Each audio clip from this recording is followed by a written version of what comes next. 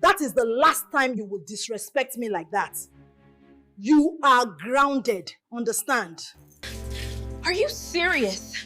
You clumsy child. Now clean every drop of this water.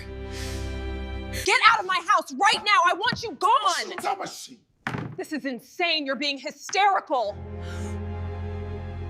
The black Range Rover pulled into the circular driveway of the Okafor mansion just as the sun began to set over Lagos. Obi Okafor, 45 years old and one of Nigeria's most successful import-export businessmen, felt a familiar weight lift from his shoulders as he saw his home. 3 weeks away, the longest he'd been gone this year, and all he wanted was to hold his daughter. The front door opened before he could reach it, and there stood his wife, Oluchi, radiant in a flowing purple Ankara dress, her smile warm and welcoming. "Darling, you're home." She rushed to embrace him, and Obi allowed himself to relax into her arms. This was why he'd married her 18 months ago. This warmth, this home she created for him and his daughter. "Where's Adana?" he asked, scanning the entrance hall. "Right here, Daddy." His 12-year-old daughter appeared at the top of the stairs, and Obi's heart swelled with love. She wore a pretty yellow dress, her hair neatly braided, and she ran down the stairs to throw herself into his arms. He caught her, spinning her around like he used to when she was smaller, though he noticed, not for the first time, how light she felt, how thin. "I missed you so much," Adana said, her voice muffled against his chest. "I missed you more, Princess." He set her down and studied her face. Those beautiful brown eyes, so much like her mother's. Not Oluchi, her real mother, Zainab, who had shattered their lives 2 years ago when she divorced him, remarried a British businessman, and moved to London without a backward glance at the daughter she was leaving behind. That abandonment had broken Adana. For months, she cried herself to sleep every night, asking why her mommy didn't love her anymore. And Obi, watching his daughter's heartbreak while managing a demanding business that required constant travel across West Africa, had felt utterly helpless. That's when Oluchi had entered their lives. A family friend's recommendation, a good Christian woman from a respectable Igbo family, warm and maternal, who seemed to genuinely care for Adana. Their courtship had been brief. Obi needed someone to care for his daughter during his business trips, and Oluchi had seemed heaven-sent. "Something smells amazing," Obi said as they walked toward the dining room. "Oluchi made all your favorites," Adana said, and Obi noticed a slight hesitation before his daughter spoke his wife's name. Not Mommy. She'd never called Oluchi that, despite his gentle encouragement. The dining table was laden with jollof rice, peppered chicken, fried plantains, and a egusi soup. Obi's mouth watered. "You've outdone yourself, my dear." Oluchi beamed. "Nothing is too good for my husband. Come, sit. You must be exhausted from your journey." As they ate, Obi shared stories from his trip. The successful negotiations in Accra, the new contract secured, the expansion opportunities. Oluchi listened attentively, asking intelligent questions, playing the perfect supportive wife. Adana was quieter, pushing food around her plate more than eating it. "Not hungry, Princess?" Obi asked. "She's been picky lately," Oluchi interjected smoothly, placing a gentle hand on Adana's shoulder. The girl flinched, just slightly, but Obi saw it. "You know how children are at this age. Growing pains, I think. She's been having growth spurts." That would explain why Adana seemed thinner, Obi reasoned. 12 was an awkward age, all legs and angles. Still, something nagged at him, something he couldn't quite name. After dinner, Adana excused herself to do homework. Obi and Oluchi retired to the living room with wine, and he shared what he'd been building toward all evening. "I have another trip coming up, 4 days from now, 2.5 weeks in Côte d'Ivoire and Senegal." Oluchi's face showed nothing but understanding. "Business is business, darling. Don't worry about us. I'll take perfect care of our girl, just like always." "I know you will. I don't know what I'd do without you." He meant it. Before Oluchi, he'd been drowning, trying to be both father and mother to a traumatized child while running an empire. Now, at least, he had a partner. Someone to ensure Adana was safe, fed, loved when he couldn't be there. "She's lucky to have you," Obi added. Oluchi smiled, but something flickered in her eyes too quickly for him to read. We're lucky to have each other. All of us. That night, Obi was awakened by sound. Crying. He slipped out of bed, careful not to wake Oluchi, and padded down the hall to Adana's room. He eased open the door and found his daughter tangled in her sheets, tears streaming down her sleeping face, whimpering words that made his heart ache. Please, I'm sorry. I'll be good. Please don't. Mommy, please. He sat on the edge of her bed and gently stroked her hair until the nightmare passed and she quieted. Poor baby, he thought, still dreaming about Zainab, still processing that abandonment. Thank God for Oluchi, who was here, who stayed, who cared. If only he knew the truth of those nightmares. If only he understood that mommy, in his daughter's sleeping terror, didn't refer to the woman who'd abandoned her, but to the woman sleeping down the hall, the woman he trusted, the woman who, in 4 days, would transform into someone he couldn't imagine. The next morning, Obi left early for his Lagos office. He kissed Oluchi goodbye, hugged Adana extra tight, and promised to be home for dinner the moment his Range Rover disappeared down the street. Oluchi's warm smile vanished like smoke. She turned to Adana, who stood frozen in the foyer, and her voice dropped to ice. Your father leaves in 4 days. That gives you 4 days to rest up, because the moment he's gone, you know what happens. 12-year-old Adana nodded, her whole body trembling. Eyes already filling with tears she'd learned not to let fall. Good girl, Oluchi said, the words dripping with mockery. Now go get ready for school. And remember, when your father asks how you are, what do you say? I'm happy, Adana whispered, the rehearsed script falling from her lips like ashes. You take such good care of me. Exactly. Oluchi smiled, but it was nothing like the smile she'd shown Obi. This smile was sharp. Cool. Now go. As Adana climbed the stairs to get her school bag, her legs felt like lead. For more days of being treated like a daughter. For more days of sleeping in her real bed, eating real meals, wearing nice clothes. For more days before the nightmare began again. She'd lived the cycle for 18 months now, ever since the wedding. And every time her father left, a small part of her died, replaced by the terrified servant girl in the gray uniform who scrubbed floors and begged for scraps and learned that speaking up only made the beatings worse. But this time, she told herself as she mechanically packed her school bag, maybe it would be different. Maybe this time, Daddy would see something, notice something, save her. Deep down, though, she knew the truth. He never did. He never would. And in 4 days, the monster would return. Everything seems perfect in the Okafor home, but something's not right. Did you catch the warning signs? What is Oluchi really hiding behind that sweet smile? Don't miss the next chapter where the horrifying truth is revealed. Drop your thoughts in the comments.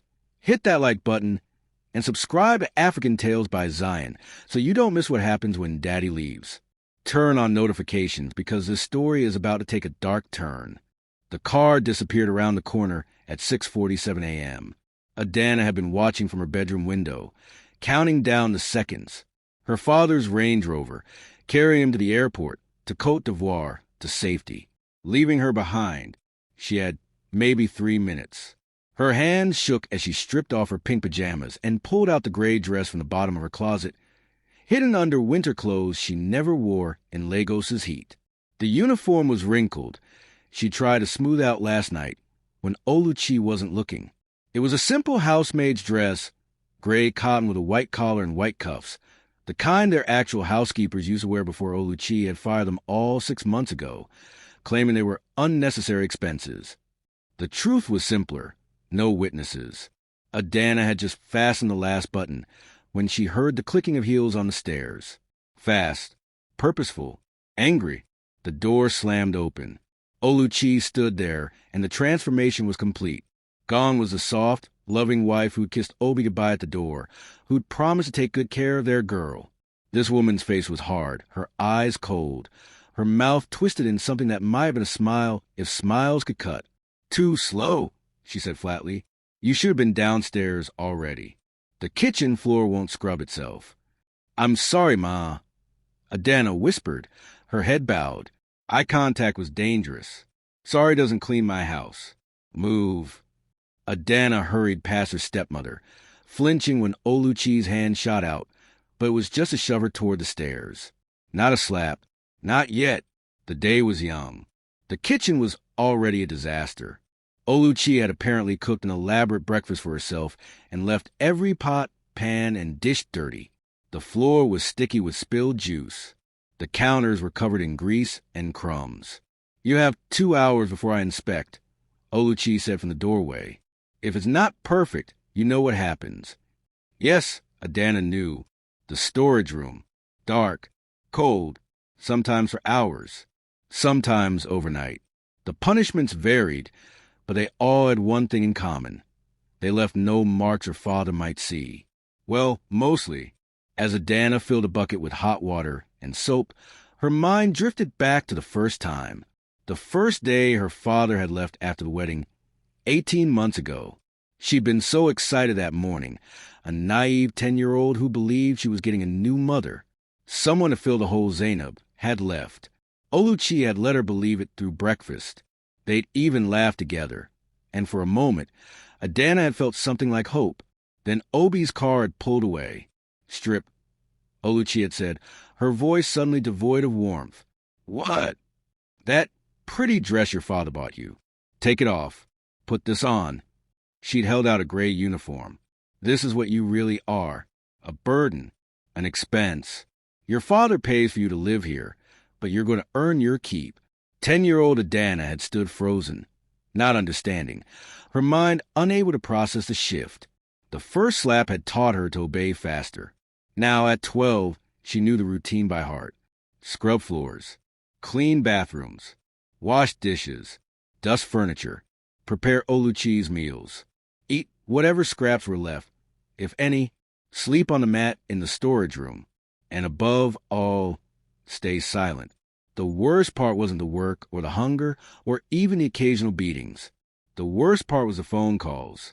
Her father called every 3 days like clockwork. Video calls, because he wanted to see her face, to make sure she was okay. And every time, Oluchi stood behind the phone, mouthing instructions, her eyes promising unspeakable consequences if Adana said one wrong word. Hi, Daddy, Adana would say, smiling so hard her face hurt, wearing whatever nice clothes Oluchi had forced her into 5 minutes before the call. I miss you. Yes, I'm eating well. Yes, I'm doing my homework. Yes, Oluchi is taking such good care of me. She's wonderful. I love you. Come home soon. And Obi, thousands of miles away, would smile with relief and tell his daughter how proud he was, how lucky they would have Oluchi, how much he loved them both. Then the call would end, and Adana would strip back into her gray uniform, and Oluchi would sneer. Good performance. Maybe you're not completely useless after all.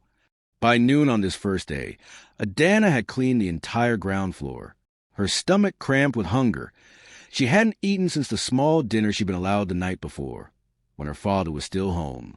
But she knew better than to ask for food. Oluchi would feed her when she felt like it. Or not.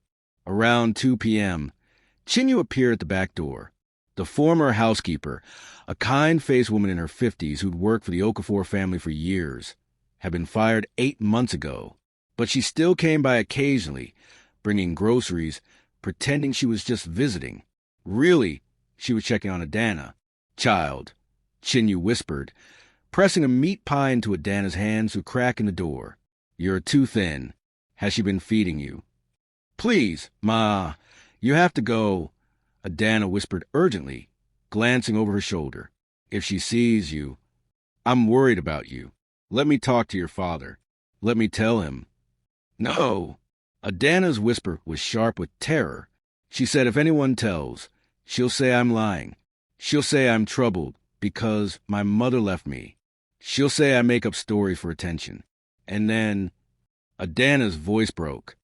And then she'll hurt me worse. Please, Aunt Chinyu, please just go. Chinyu's eyes filled with tears, but she nodded and left. She couldn't risk it. She had her own children to feed, her own family to protect.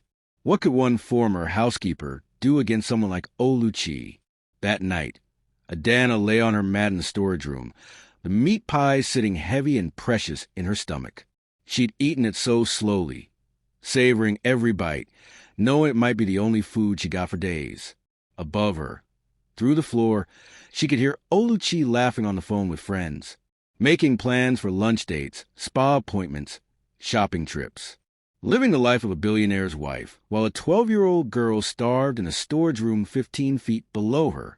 The days blurred together. Day 4. Adana moved too slowly while mopping, and Oluchi grabbed her by the arm hard enough to leave finger-shaped bruises. You're lazy, just like your worthless mother who abandoned you. Is that what you want to be? Worthless? No, Ma. Adana whispered, tears streaming down her face. Then work. Day 7. The phone call with her father. Adana's performance was perfect. She smiled. She laughed. She said all the right things. Her father noticed she looked tired and asked if she was sleeping well. Just stayed up late reading. Adana lied smoothly, Oluchi's threatening gaze burning into her from behind the camera. You know how I love books. Obi laughed. That's my girl. Make sure Oluchi sends you to bed at a reasonable hour. I will, Daddy. I love you. I love you more, Princess. When the call ended, Oluchi's smile was vicious. See? He believes every word. He trusts me completely. You could tell him the truth right now, and he wouldn't believe you. He'd think you were making it up because you miss your real mother. She was right, and they both knew it. Adana had tried once, 6 months into marriage. She'd hinted that things were hard when Daddy was gone. Obi looked at Oluchi with concern, and Oluchi had sighed sadly and said, she's still processing her mother's abandonment. Some days are harder than others. I'm doing my best, but I think she resents me for not being Zainab. And Obi had believed his wife over his daughter. He'd hugged Adana and said, I know it's hard, Princess. I know you miss your mom, but Oluchi loves you. Give her a chance, okay? For me. Adana never tried again. Day 10. Adana woke to find Oluchi standing over her mat, holding the wooden cooking spoon she favored for punishments. The bathroom upstairs. You missed a spot yesterday. I'm sorry, Ma. I'll clean it right now. The first blow caught her across the shoulders. The second on her arms as she curled into a protective ball. The third, fourth, fifth, she lost count, biting her lip to keep from screaming, tasting blood, knowing that screaming only made it worse. When it was over, Oluchi stood over her, breathing hard. Cleaned the bathroom. Perfectly this time. Day 12. Adana collapsed while scrubbing the kitchen floor, the bucket of dirty water tipping over as she fell. She hadn't eaten in almost 2 days. Oluchi had been in a particularly cruel mood, and her vision had been darkening at the edges all morning. Now the room spun violently, and her body simply gave up. She came to with cold water splashing her face. Oluchi stood over her, holding an empty glass. Get up, you lazy girl. You think you can sleep on my kitchen floor? I'm sorry. I'm dizzy. You're dramatic. On your feet. Now.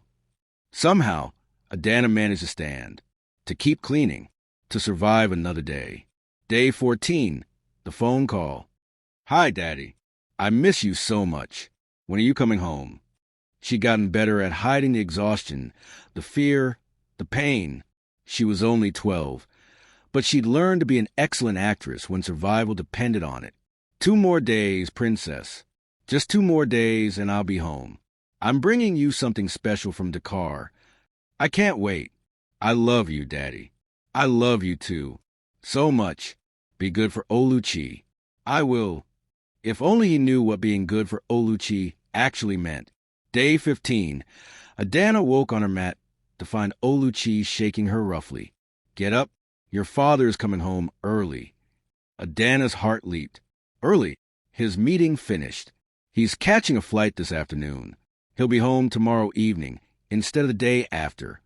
Oluchi's face was tight with anger, which means we have less than 24 hours to erase every trace of what you really are. For the next 18 hours, they worked frantically. Adana scrubbed every surface until it gleamed. Oluchi unlocked her real bedroom, which had been closed off for 2 weeks. They aired out, made the bed with fresh sheets, restocked her closet with the nice clothes Adana was allowed to wear when her father was home. At 3 a.m., Oluchi forced Adana into the shower, scrubbing her thin body roughly, washing her hair, tried to undo 2 weeks of neglect in one session. She applied makeup carefully to the dark circles under Adana's eyes, to the shadows that hunger had carved into her cheeks. "You'll wear the yellow dress," Oluchi commanded. "Your father likes you in yellow. You'll smile. You'll hug him. You'll tell him you missed him, and I took wonderful care of you. Do you understand?" "Yes, Ma." "If you say one wrong thing, if you hint at anything, I will make the next 2 weeks worse than anything you experienced. Do you believe me?" Adana looked into those cold eyes and nodded. She believed. The gray uniform was hidden away. The mat was rolled up and stored. The storage room was locked. By the time the sun rose, the Okafor mansion looked perfect. And standing in the foyer in her yellow dress, makeup hiding the worst of her exhaustion, was a 12-year-old girl who looked almost normal. Almost. But Oluchi had made one mistake, one miscalculation. Obi's flight had landed early, much earlier than expected. He hadn't called because he wanted to surprise them. At 2:17 p.m., 3 hours before his scheduled arrival, his car pulled into the driveway. Oluchi was in the kitchen, giving Adana last-minute instructions, her voice sharp with threat. Adana was kneeling on the floor. They found one last spot that needed scrubbing, and Oluchi had forced her back into a gray uniform for this final task, planning to change her back into the yellow dress when they heard the car approaching. They never heard it. The front door opened. Obi Okafor walked into his home, travel bag in hand, smile on his face, ready to surprise his family. He stopped dead in the foyer. Through the open kitchen door, he could see them clearly. His wife, standing with wooden spoon raised, her face twisted in fury. His daughter, on her knees in a gray maid's uniform he'd never seen before, scrubbing the floor, terrifyingly thin, visibly trembling. And Oluchi's voice loud and cruel, carrying clearly to where he stood frozen. "I said faster, you useless girl. Do you want me to lock you in the storage room again? Is that what you want?" The wooden spoon came down across Adana's back. Time stopped. Obi's bag hit the floor with a dull thud. Both of them spun around. Oluchi's face went white. Adana's went even whiter, terror replacing every other emotion. "What?" Obi said, his voice dangerously quiet. "Is going on here? The secret is out. Obi has finally seen the truth. But what will he do now? Will he believe what he's seeing, or will Oluchi manipulate him one more time? And poor Adana, after months of suffering in silence, is she finally free, or will this discovery make everything worse? Drop your predictions in the comments. Smash that like button. And subscribe to Africantales by Zion so you don't miss the explosive next chapter. Turn on notifications because you will not want to miss what happens next. The wooden spoon clattered to the kitchen floor as Oluchi spun around, her face cycling through expressions like a broken slideshow. Shock, panic, calculation, and then, with terrifying speed, transformation into the loving wife he thought he knew. "Darling." Her voice was honey-sweet, but Obi heard the tremor beneath it. "You're home early. We weren't expecting. This isn't what it looks like." "Then what is it?" Obi's voice was still quiet, but something dangerous lurked beneath the calm. He stepped into the kitchen, his eyes moving from his wife to his daughter and back again. Why is Adana dressed like a servant? Why is she on her knees scrubbing floors? Why does she look like she hasn't eaten in weeks? Adana remained frozen on the floor, her thin body shaking so badly the gray uniform trembled. She couldn't look at her father, couldn't look at Oluchi, could barely breathe. "It's not." She wanted to help. Oluchi's words came faster now, desperation creeping in. She's been going through a difficult phase, acting out, refusing to do her schoolwork. I thought teaching her some responsibility, some discipline. Discipline. Obi's eyes fell on the wooden spoon lying on the floor. "Is that what you call hitting a 12-year-old child with a wooden spoon?" "I barely touched her. She's being dramatic." "Adana." His voice cracked like thunder, and both females flinched. more softly, seeing his daughter's terror.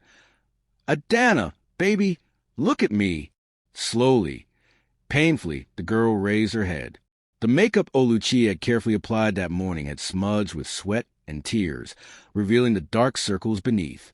Her eyes, those beautiful eyes that used to sparkle with joy, were hollow, haunted, full of fear that no child should ever feel. Obi felt something crack in his chest. He crossed the kitchen in 3 strides and dropped to his knees beside his daughter, not caring about his expensive suit on the wet floor. Up close, it was so much worse. She wasn't just thin, she was skeletal. Her collarbones jutted sharply beneath the gray uniform. Her wrists were fragile as bird bones. And there, on her exposed arm, were bruises. Old ones, fading yellow. Newer ones, purple and angry. "Baby," he whispered, his voice breaking. "Baby, what's she done to you?" Adana's mouth opened, but no sound came out. Her eyes darted to Oluchi, who stood rigid by the counter, her facade finally cracking to reveal something cold and furious beneath. "Adana," Oluchi said, her voice still attempting sweetness but failing. "Tell your father the truth. Tell him how you've been misbehaving, how I've been trying to help you." "Don't you dare," Obi said, standing to his full height. At 6'2", he towered over his wife. "Don't you dare speak to her right now. She's lying if she tells you anything else." Oluchi's mask shattered completely, revealing the monster beneath. She's a troubled child. Her mother abandoned her, and she's never recovered. She makes up stories, seeks attention, acts out. "Is that what you've been telling yourself?" Obi's voice was ice. "Is that how you've justified abusing my daughter?" "I haven't abused anyone. I've been taking care of her while you gallivant around West Africa. I've been the one here, dealing with her tears, her nightmares, her constant whining for the mother who didn't want her." "Enough!" Obi roared, and Oluchi actually stepped back. "I need you to leave this kitchen. Now, go to the living room and wait there. Do not leave the house. Do not call anyone. Do not move. We will deal with this. You're being ridiculous. Go." Something in his tone, perhaps the barely controlled rage vibrating through every word, made Oluchi obey. She walked out of the kitchen, her heels clicking on the marble, her spine straight with defiance even in retreat. The moment she was gone, Obi turned back to his daughter. She was still kneeling on the floor, still frozen, still terrified. "Adana," he said gently, crouching beside her again, "I need you to tell me the truth. All of it. And I promise you, I swear to you on everything I hold sacred, she will never hurt you again." The dam broke. It started as a whimper, then grew into sobs that shook her entire body. Obi gathered his daughter into his arms, shocked at how light she was, how fragile, and let her cry. She sobbed into his expensive jacket. 18 months of suffering pouring out in waves of grief and terror and relief. When the storm finally passed, Adana pulled back slightly. Her voice was hoarse, broken, but determined. "It started the first day you left after the wedding." And she told him everything. She told him about the gray uniform, mandatory whenever he traveled, about sleeping on a mat in the storage room, while her real bedroom was locked away, about meals that consisted of scraps, if she was fed at all, about the endless cleaning, the impossible standards, the punishment for failing to meet them. She told him about the wooden spoon, about being slapped and shoved and grabbed hard enough to bruise, about being locked in the dark storage room for hours, sometimes overnight, when she worked too slowly or talked back or showed any spark of defiance. She told him about the phone calls, about Oluchi standing behind a camera with threats in her eyes, forcing Adana to smile and lie and pretend everything was perfect, about how she tried to tell him once, and he believed Oluchi instead. "I thought if I was good enough," Adana whispered, fresh tears streaming down her face. "If I worked hard enough, maybe she'd love me. Maybe she'd want to be my mother. I tried so hard, Daddy. I tried so hard to make her love me like Mommy used to." The mention of Zainab, of the woman who'd abandoned this precious child, leaving her vulnerable to a predator, sent rage flooding through Obi's veins. But he kept his voice gentle. "This is not your fault. None of this is your fault. You did nothing wrong. Do you understand me? But I must have." She said I was worthless. She said I was just like my mother. She lied. Obi cupped his daughter's face in his hands, forcing her to meet his eyes. You are precious. You are loved. You are worthy of protection and care and kindness. What she did to you was evil. That's on her, not you. Are you to send her away? Yes, Obi said firmly. Then, thinking about what that meant, divorce, scandal, explanations of friends and family, he added more quietly, yes, she's leaving. Today. But even as he said it, something nagged at him. His business. His reputation. The scandal this would cause if word got out. People would ask questions. Why didn't you know? How could you leave your daughter with an abuser? What kind of father are you? He pushed the thoughts away. His daughter needed him now. The rest could wait. He helped Adana to her feet, grimacing at how unsteady she was. When did you last eat? Yesterday. Breakfast. A piece of bread. Nearly 24 hours. Fury made his hands shake, but he kept his voice calm. Let's get you some food. Then we'll go to the hospital. No! Adana grabbed his arm, panic in her eyes. Please, Daddy, no doctors. They'll ask questions. People will know. Everyone will know, and they'll say I'm lying or I deserved it, or... Okay. He soothed her, alarmed by her terror. No hospital yet, but I need to make some calls. My brother, my lawyer, can you sit here and eat something while I do that? Adana nodded, allowing him to guide her to the kitchen table. Obi quickly assembled a simple meal, bread, cheese, some fruit, and watched as his daughter ate with the careful, controlled movements of someone who'd learned that food was a privilege that could be revoked at any moment. While she ate, he stepped into the hallway and pulled out his phone. His brother Emeka answered on the first ring. Obi, you're home early. Get to my house. Now, emergency. His voice was flat, controlled, dangerous. What's wrong? Oluchi has been abusing Adana. I just walked in and caught her. I need you here. Silence. Then, I'm on my way. 20 minutes. The next call was to his lawyer. Emmanuel, I need divorce papers drawn up immediately. Yes, today. My wife, there's been a situation. I need her out of my house and away from my daughter as soon as legally possible. When he returned to the kitchen, Adana had managed to eat about half the food. She looked up at him with eyes that held a fragile, terrified hope. What happens now? Before he could answer, Oluchi appeared in the doorway. She'd clearly been listening from the hallway, had heard his phone calls. Her face was no longer attempting warmth. It was cold, calculating, vicious. So that's it, she said. You're just going to throw me out? Based on the lies of a child who's been desperate for attention since her real mother abandoned her. Obi stepped between Oluchi and Adana. Don't you dare try to manipulate this. I saw what you were doing. I heard what you said. You saw discipline. You heard consequences for misbehavior. Oluchi's voice was sharp now, all pretense of the sweet wife gone. But fine, divorce me, throw me out. But know this, Obi, I will tell everyone that you were the one abusing her. Who do you think people will believe? A respectable wife, or a man who's never home? A man who left his traumatized daughter with strangers while he built his empire. The words hit like punches, because she was right, partially. People would ask questions. His business partners, his family, his competitors. The scandal could damage everything he'd built. And more terrifying, what if the authorities believe her? What if they thought he was the abuser? You wouldn't, he said, but his voice had lost some of its certainty. Oluchi smiled, vicious and knowing. Try me. Divorce me quietly. Give me a generous settlement, and I'll disappear. No questions. No scandal. No one needs to know what happened here. But if you try to paint me as some villain, if you try to prosecute me or ruin my reputation, I will destroy you. I will destroy your business.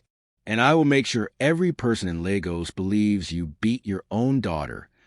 Obi felt something cold settle in his stomach. She was cornering him, offering him an out, an easy way to end this without the mess of police, lawyers, public exposure. He could pay her off, make her sign an NDA. She'd leave quietly, and life could return to normal. No scandal. No questions. No one would ever need to know. Behind him, he heard the scrape of a chair. Adana's small voice, barely a whisper. "Daddy?" He turned. His daughter stood on unsteady legs, thin as a ghost in that gray uniform that symbolized 18 months of torture. Her eyes held something he'd rarely seen there anymore. Hope.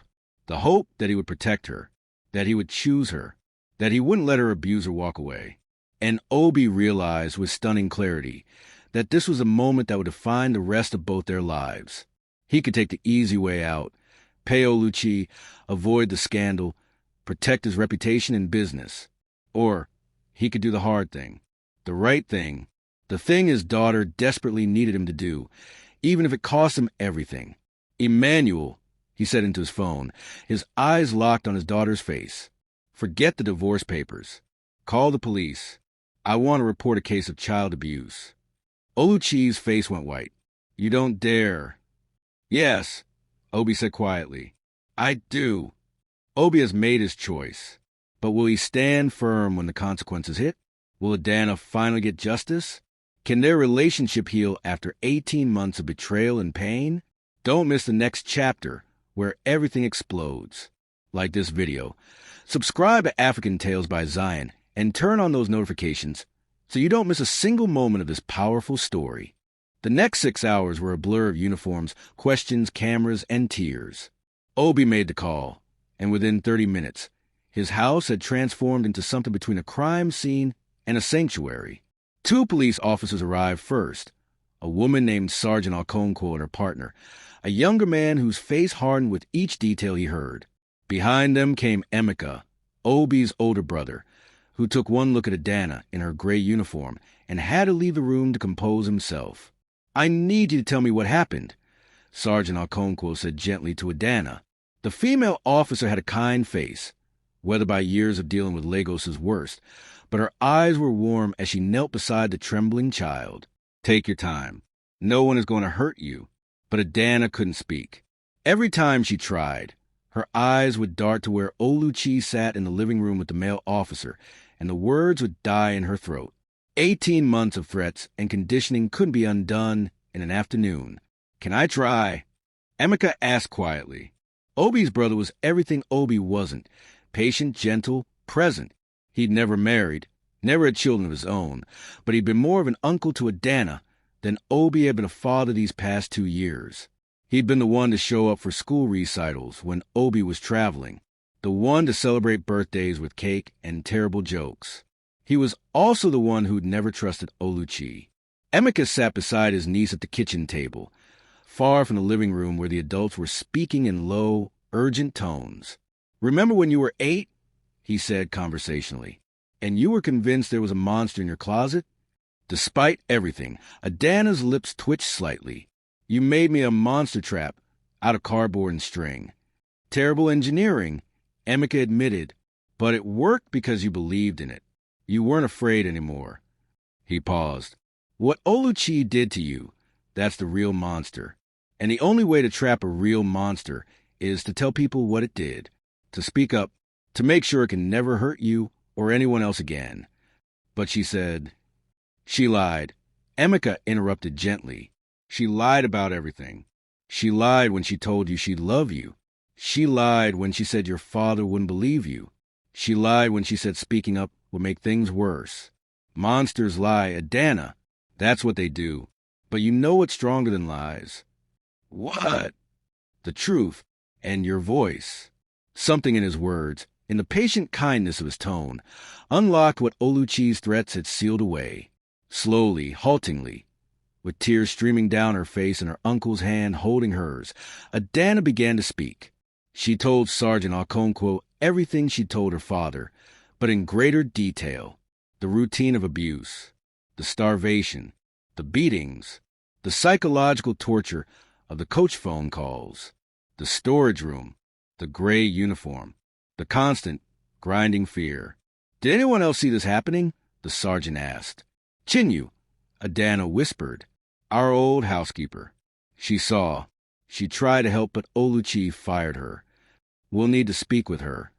While officers tracked down Chinyu's information, Emeka pulled out his phone. "I have something else," he said quietly. "I didn't know the extent of it, but I knew something was wrong. So 2 months ago, I hired someone." He opened his phone and began playing videos. They'd been taken discreetly, through windows, from angles Oluchi had never suspected. The footage was damning. Oluchi screaming at Adana, striking her, forcing her to scrub floors, throwing food away while the child watched. "Hungry. You've been watching this happen for 2 months?" Obi's voice was sharp with accusation. "I've been gathering evidence," Emeka corrected, his own voice hardening. "Because I knew if I came to you without proof, you'd never believe it. You were too blinded by your guilt over Zainab, too desperate to believe you'd found someone who actually cared about your daughter. So yes, I watched and documented while I built a case strong enough that even you couldn't deny it." The words stung because they were true. Obi had been blind, willfully, desperately blind. By evening, the house was full. Chinya had arrived, her testimony matching Adana's perfectly. A doctor had been called, a family friend who examined Adana privately and documented her injuries with photographs and detailed notes. Malnutrition, dehydration, multiple contusions in various stages of healing, evidence of long-term physical and psychological abuse. Through it all, Oluchi sat in the living room, her expression cycling between indignant fury and calculated fear. She demanded a lawyer, who'd arrive with a briefcase full of defenses and counter-accusations. But the evidence was overwhelming, and even her lawyer looked uncomfortable.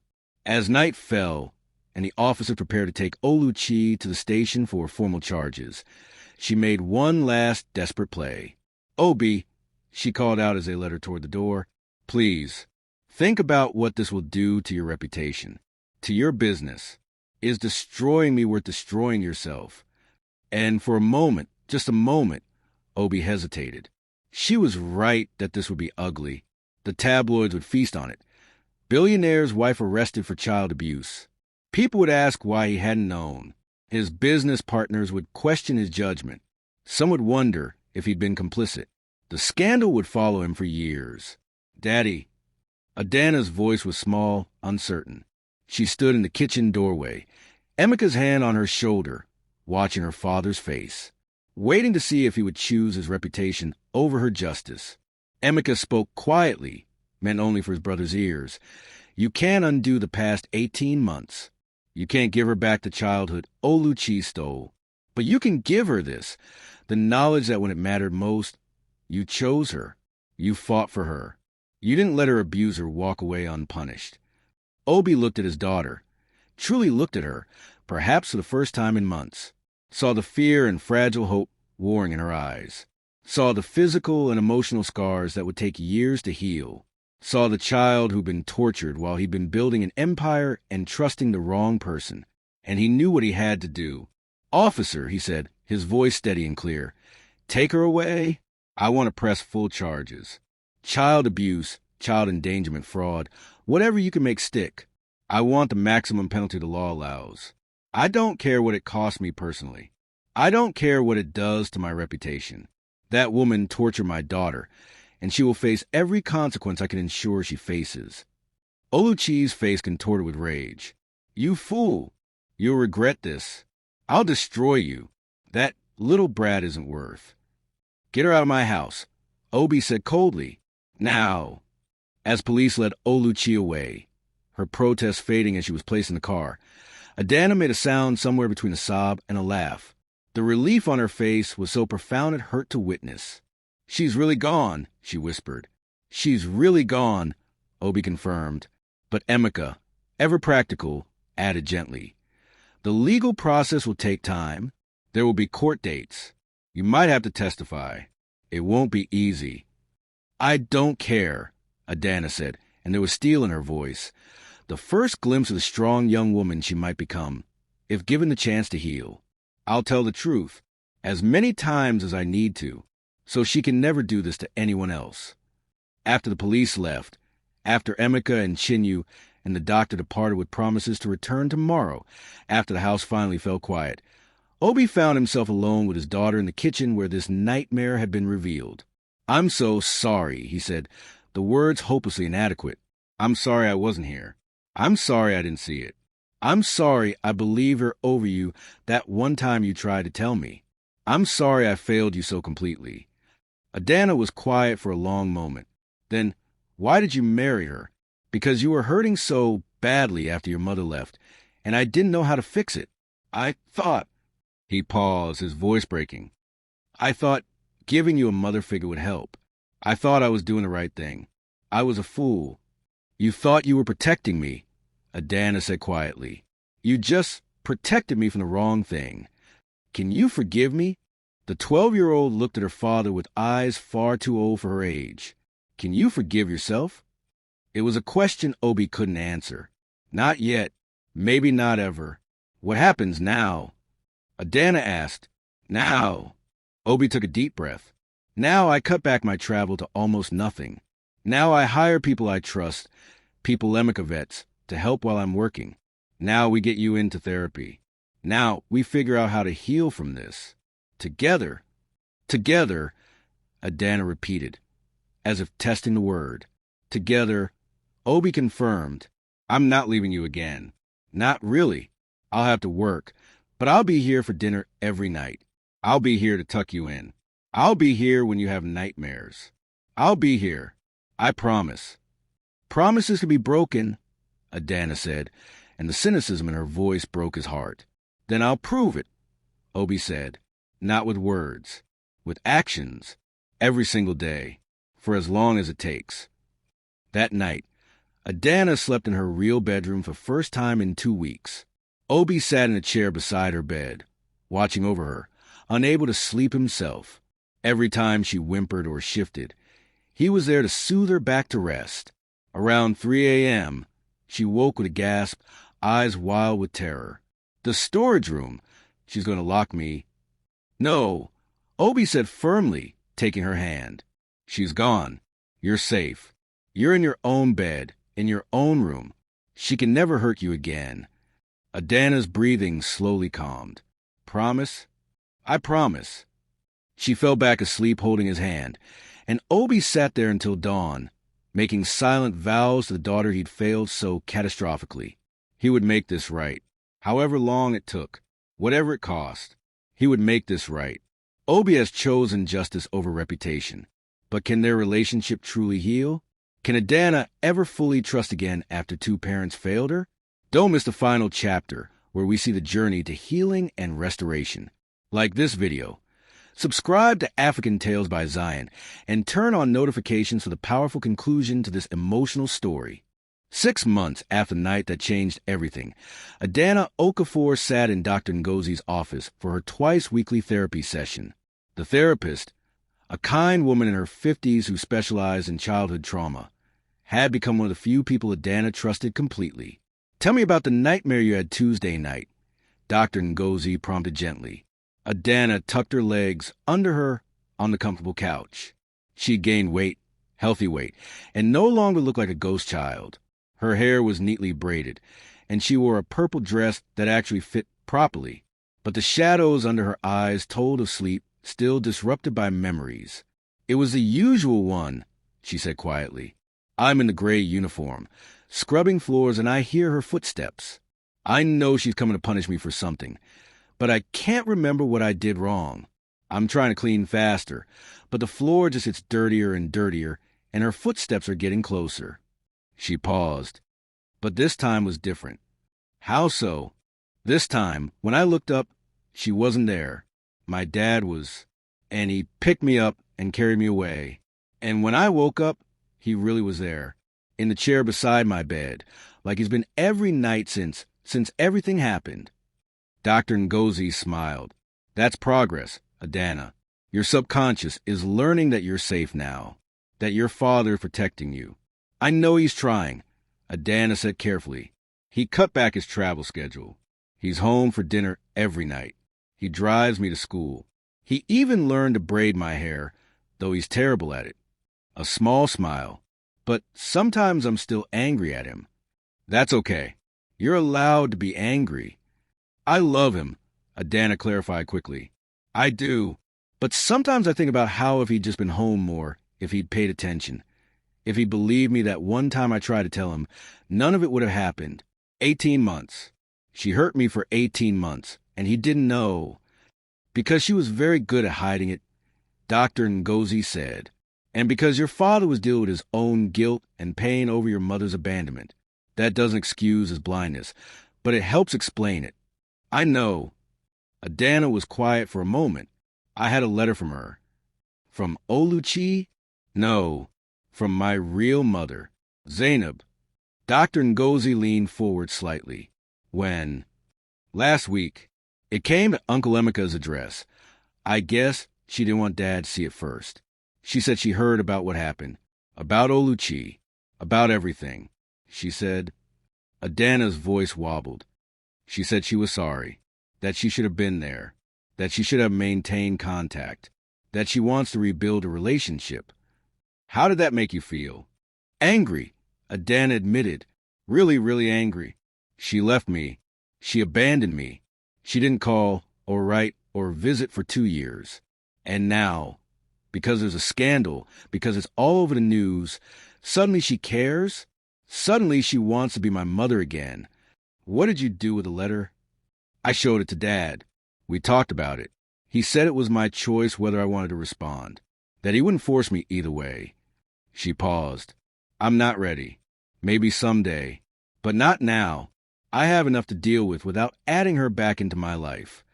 That's very mature of you. Adana shrugged. Dr. Ngozi, can I ask you something?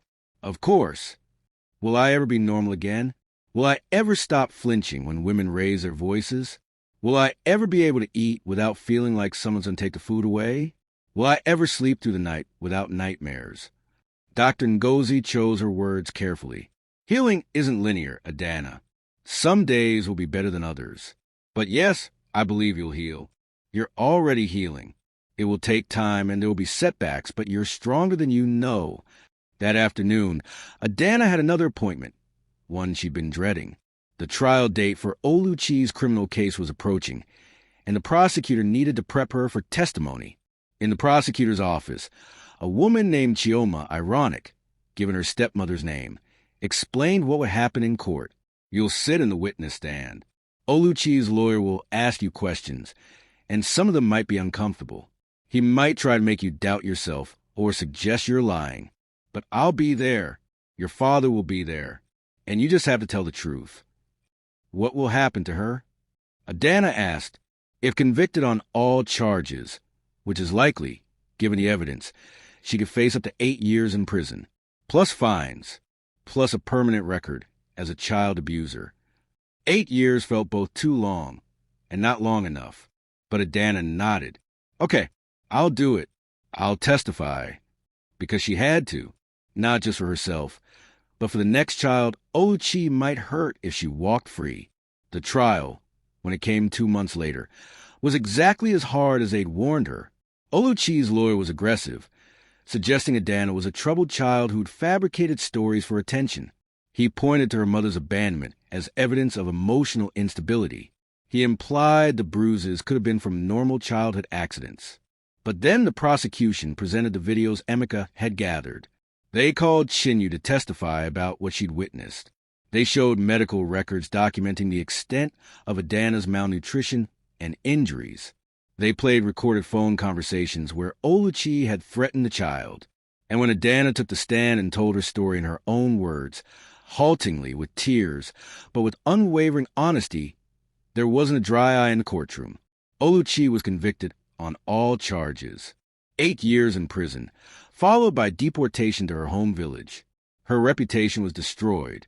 Her name became synonymous with cruelty. But more importantly, Adana got something she desperately needed: validation. The legal system had looked at what happened to her and said, this was wrong. This was criminal. You were a victim, and your abuser will be punished. After sentencing, Obi took his daughter for ice cream, something that had become their tradition for processing difficult emotions. They sat on a bench in a park, watching children play, and Obi asked a question that had been weighing on him. Do you forgive me? Adana was quiet for a long time, methodically working through her chocolate ice cream. Finally, I'm working on it. In therapy, Dr. Ngozi says forgiveness isn't something that happens all at once. It's a process. Some days I'm angrier at you than others. Some days I understand that you were hurting too, that you made a mistake trying to fix things. Some days, she paused. Some days I'm just glad you finally saw the truth and did something about it. That's fair, Obi said quietly. Are you going to travel again? For business? I have to sometimes, Obi admitted, but never for more than 3 or 4 days, and never without making absolutely certain you're safe and comfortable with the people caring for you. Chinyu is back as head of household. I've hired a wonderful woman named Aunt Patience who you've been getting along with. Uncle Emeka drops by randomly to check on things. And I video call twice a day, every day, no matter where I am. What if I need you and you're not there? Then you call me and I get on the next flight home. Business can wait. Meetings can be rescheduled. You are more important than any contract, any deal, any amount of money. Do you believe that? I'm starting to, Adana said. And it was true. Obi had been proving it with actions, not just words, for 8 months now. Showing up, being present, choosing her over his empire again and again. 1 year after Oluchi's arrest, Adana started 7th grade at a new school. Obi had given her the choice: stay at her old school where some kids knew about the scandal, or transfer somewhere fresh. She'd chosen fresh. On her first day, a girl named Kayamika sat beside her at lunch. You're the new girl, right? I'm Kayamika. Do you want to join our table? And just like that, Adana had friends. Real friends who knew nothing about her past, who just liked her for who she was. Girls who giggled over crushes and complained about homework and invited her to birthday parties. She was reclaiming her childhood, piece by piece. At home, Obi had made changes too. He converted one of the guest rooms into an art studio for Adana, who'd rediscover her love of drawing. The walls were covered with her artwork, bright, hopeful pieces that showed how far she'd come from the dark place Oluchi had put her. Dad, come look, she called one Saturday afternoon. Obi climbed the stairs to the studio and found his daughter standing before a large canvas. She'd painted their family, just the two of them, hand in hand, with the sun rising behind them. Uncle Emeka was there too, and Chinyu, and even Dr. Ngozi. All the people who'd helped them heal. It's beautiful, Obi said, his voice thick with emotion. It's us, Adana said simply. Our real family. The people who actually love me. That night, as it became their routine, Obi tucked his daughter into bed. She was 13 now. Technically too old for tucking in, but neither of them was ready to give up this ritual. It was healing for both of them. Dad? She said as he was about to turn off the light. Yeah, princess? I forgive you. Obi froze, his hand on the light switch. What? I forgive you, Adana repeated. For not knowing, for not seeing, for trusting her. I forgive you. Dr. Ngozi says I don't have to. That forgiveness is for me, not for you. But I want to, because holding on to the anger is exhausting, and you've been working so hard to make things right. So, I forgive you. Obi crossed the room in 2 strides and pulled his daughter into a fierce hug.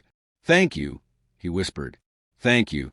I promise I'll spend the rest of my life being worthy of that forgiveness. I know, Adana said. That's why I can give it. 2 years after the nightmare ended, the Okafor Foundation for Vulnerable Children opened its doors. Funded by Obi's business empire and run by a passionate team, it focused on identifying and protecting children at risk, especially those whose parents were absent or deceased, who might be vulnerable to the kind of abuse Adana had suffered. Adana, now 14, cut the ribbon at the opening ceremony. She'd written a speech, vetted by Dr. Ngozi to make sure it wasn't too traumatizing to deliver, about her experience and why this foundation mattered. I was lucky, she told a crowd of donors, press, and child welfare advocates. I was lucky because my father came home early, because my uncle was suspicious, because good people had documented evidence. But not every child is lucky. Some children suffer in silence for years. Some never get rescued. That's why this foundation exists. To catch the children who fall through the cracks. To give them a voice. To make sure no child ever has to feel as invisible and worthless as I did. The applause was deafening. And when Adana stepped down from the podium, her father was there with a hug that said everything words couldn't. 5 years after the nightmare, Adana was 17 and applying to universities. She wanted to study social work, to dedicate her life to helping vulnerable children. The trauma of her past had shaped her, but it hadn't broken her. Instead, it had forged her into someone passionate about justice and protection. "I'm proud of you," Obi said, reading through her application essays. "Not just because you're brilliant, though you are, but because you took something horrible and transformed it into purpose. I learned from you," Adana said. "You could have hidden what happened, paid Oluchi off, kept it quiet, but you chose justice over reputation. You showed me that doing the right thing matters more than what people think. I should have chosen that sooner." "Yeah," Adana agreed. "You should have. But you chose it when it counted most. And you've been choosing it every day since. That has to count for something." They were sitting in the living room, the same room where Oluchi had once held court, where she played the perfect wife while terrorizing a child. But it had been reclaimed, redecorated, filled with new memories. The old ones have been exorcised through time and healing and love. "Do you ever think about her?" Obi asked carefully. "Oluchi? Sometimes. Mostly I wonder if she thinks about what she did, if she regrets it, if she understands how much damage she caused." Adana paused. "But then I remember that wondering about her gives her power she doesn't deserve. She's in prison. She lost everything. And I'm here, alive, healing, building a future. That's my revenge, living well." "What about your mother? Your biological mother?" Adana sighed. Zainab had tried several more times over the years to reconnect. Letters, emails, even showing up at the house once. Each time, Adana had declined. "I'm not ready. Maybe I never will be." She made her choice when she left, and I've made mine. I have a father who loves me. I have Uncle Emeka. I have friends and teachers and Dr. Ngozi. I have enough. I don't need to add someone who abandoned me just because she feels guilty now. "That's fair," Obi said, "and wise." That night, for the first time in 5 years, Adana slept through the night without nightmares. It wouldn't be the last nightmare. Healing wasn't that neat and linear, but it was a milestone, a marker of progress. And when she woke the next morning to sunlight and the smell of Chinyu's cooking and her father's voice calling her for breakfast, Adana felt something she hadn't felt in years. Genuine, uncomplicated happiness. The gray uniform had been burned long ago, ceremonially destroyed in the backyard with Dr. Ngozi present to help process the symbolism. The storage room had been renovated into a library. The wooden spoon had been thrown away. Every physical reminder of the nightmare had been removed. But more than that, the emotional reminders were fading too. Slowly, gradually, with therapy and time and a father who showed up every single day, proving with actions that she was loved, protected, valued. Standing in her bedroom, looking at the college acceptance letters on her desk, Adana thought about the 12-year-old girl she'd been. The terrified child in the gray uniform who thought she deserved the abuse, who'd believed she was worthless, who'd been so desperate for maternal love that she tolerated torture. That girl was still part of her, but she wasn't all of her. Not anymore. "Adana," her father called. "Breakfast." "Coming," she called back. And as she ran down the stairs, the same stairs where everything had changed that day 5 years ago, Adana wasn't running from anything anymore. She was running toward something. Her future, her purpose, her life. A life reclaimed from darkness. A life rebuilt on justice and truth. A life worth fighting for. And that, in the end, was the greatest victory of all. The end. Adana found her healing, her voice, and her future. This story reminds us that speaking up matters, that justice is possible, and that even the deepest wounds can heal with time, love, and support.